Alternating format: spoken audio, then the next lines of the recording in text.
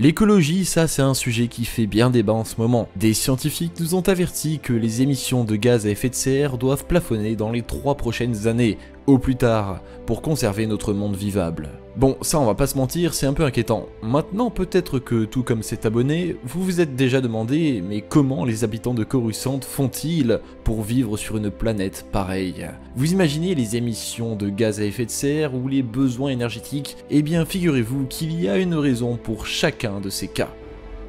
Hello there. Bonsoir à tous, c'est Tristan de la TAT et j'espère que vous avez la force. Comment la planète Coruscant peut-elle tenir avec toute cette pollution? Comment subvenir aux besoins énergétiques, hydrauliques et nutritionnels de toute la population? On est parti pour les explications les amis, j'espère que vous êtes prêts, c'est parti. Nous ferons connaître des Jedi. Enfin, nous aurons notre revanche. Quelle bonne idée de venir vous joindre à nous. La fête est terminée. Tu étais l'élu, c'était toi. Allez Chico, on fait la gauche. Il faut bien que je vous sorte Je d'ici. ne te décevrai pas. Non. Laissez pas. Fais-le. Ou ne le fais pas. Et il n'y a pas de C'est un piège. Dis à ta sœur que tu avais raison. Quelle bonne idée de venir vous joindre à nous. Coruscant est une planète située dans le monde des noyaux, c'est-à-dire qu'elle est située au cœur de la galaxie dans Star Wars, ce qui facilite le commerce évidemment, et qui explique pourquoi cette planète était la capitale de la République avant d'être le centre impérial à l'époque du règne de l'Empire. Pour tous ceux et toutes celles qui souhaiteraient en savoir davantage sur la galaxie dans Star Wars, n'hésitez pas à aller voir la vidéo d'Antoine sur ce sujet. Coruscant est aussi reconnu comme le monde natal de l'espèce humaine, et donc c'est bien de cette planète que les humains se sont un peu dispatchés dans toute la galaxie, pour coloniser d'autres planètes du style Naboo ou Alderaan par exemple, etc. Alors à la base, oui, Coruscant était une planète tellurique et n'est pas née avec tous ses bâtiments. Pour info, c'est même 25 000 ans avant la bataille de Yavin que la planète Coruscant se développe vraiment. Il faut savoir que c'est à cette époque que l'hyperpropulsion a été inventée, et étant donné le placement de Coruscant qui se trouve au cœur de quasiment toutes les routes hyperspatiales, forcément cela n'a fait qu'accroître le développement de la ville, et voilà où on en est aujourd'hui. Bon, je ne sais pas si vous avez suivi l'actualité, mais récemment on a dépassé les 8 milliards d'êtres humains sur Terre. Bon là vous allez me dire 8 milliards c'est beaucoup, mais Coruscant ça doit être beaucoup plus, étant donné que toute la planète est une ville à part entière. Effectivement, Coruscant compterait jusqu'à 1000 milliards d'êtres vivants. Rien que ça. Bien évidemment, cela fait de Coruscant la planète de loin la plus peuplée de tout l'univers. Ah, et j'imagine aussi que vous êtes forcément déjà demandé, mais quelle taille fait Coruscant par rapport à la Terre? Eh bien, pour rappel, la Terre fait 12 756 km de diamètre. Et si nous comparons avec Coruscant maintenant, on aurait ça.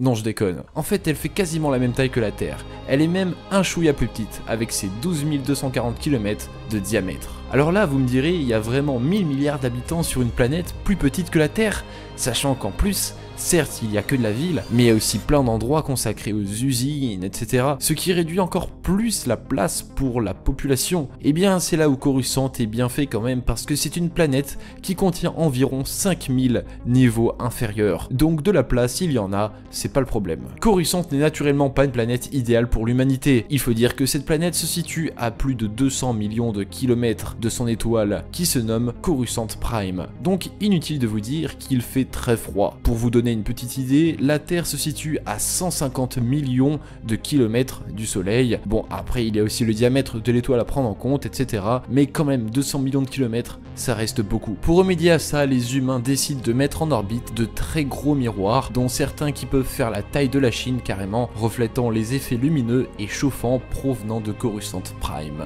Comment les habitants font-ils pour vivre sur une planète sur laquelle il n'y a ni forêt, ni océan, ni montagne? Vous ne le saviez peut-être pas, mais Coruscant possède plusieurs réservoirs géants artificiels d'eau potable, ainsi que de gros glaciers artificiels, encore une fois, disposés sur chaque pôle de la planète, et apparemment ces lieux seraient même très touristiques. Donc voilà comment ils font pour satisfaire aux besoins hydrauliques de cette population de 1000 milliards d'habitants. Maintenant, pour ce qui est de la nourriture, eh ben c'est simple, des milliers de vaisseaux livrent des marchandises chaque jour, que ce soit au restaurant ou aux grandes surfaces de distribution, ce qui fait que la planète n'est jamais en manque de nourriture. Mais vous vous en doutez bien, il ne peut pas y avoir de longs champs de maïs ou d'élevage de bœufs de Kobe sur place, hein. Ça, c'est impossible. Ah bah bien sûr. Maintenant, pour ce qui est de la pollution, vous verrez que le fonctionnement de Coruscant n'a rien à voir avec ce qu'on connaît, nous, sur la Terre. Je vais vous dire un truc, sur Coruscant, certes, on compte environ 1000 milliards d'habitants, mais il pourrait y en avoir 2000, 5000 ou même 10 000 milliards d'habitants, cela n'impacterait même pas la population atmosphérique. Pour la simple et bonne raison que tout ce qui est produit par Coruscant est entièrement recyclable de A à Z. C'est l'avantage d'habiter sur une planète telle que Coruscant. Certes, il y a beaucoup de monde, mais il y a aussi des technologies beaucoup plus avancées que sur la Terre, comme ces humidificateurs orbitaux placés dans le ciel afin de récupérer le dioxyde de carbone avant de le retransformer en dioxygène. Mais pourquoi on n'a pas ça nous sur Terre? C'est ça qu'il nous faudrait. Bah ouais, logique.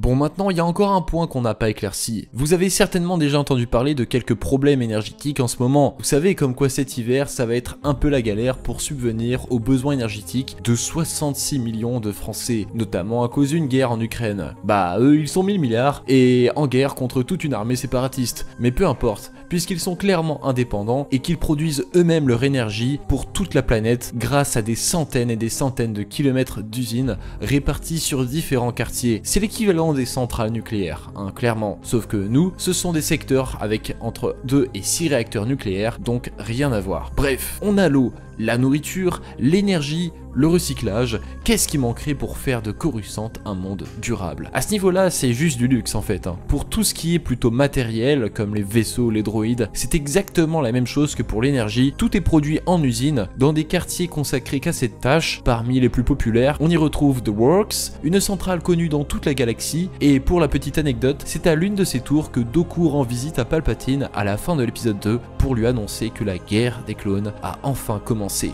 Maintenant, je pense qu'on peut dire qu'avec tout ça, Coruscant est un endroit idéal pour les humains. Et j'insiste bien sur le terme humain, il faut dire qu'environ 70% de la population demeurant sur cette planète sont des humains. Ah, et si vous vous demandez comment appelle-t-on les habitants de Coruscant, eh bien on les appelle des Coruscanti. Les amis, cette vidéo touche à sa fin, j'espère qu'elle vous aura plu. N'hésitez pas à dire si ce genre de sujet insolite vous plaît sur la chaîne, je vous invite aussi à proposer d'autres sujets intéressants, comme celui-ci. Dans tous les cas, n'oubliez pas de lâcher le pouce bleu de l'espace si vous souhaitez nous encourager, mais surtout à vous abonner en activant la petite cloche pour ne pas rater les prochaines vidéos. Vous pouvez également nous rejoindre sur les différents réseaux sociaux, Instagram, TikTok et Twitter. De mon côté, je vous dis à plus, c'était Tristan de la Tate, prenez soin de vous et que la force soit avec vous. Toujours.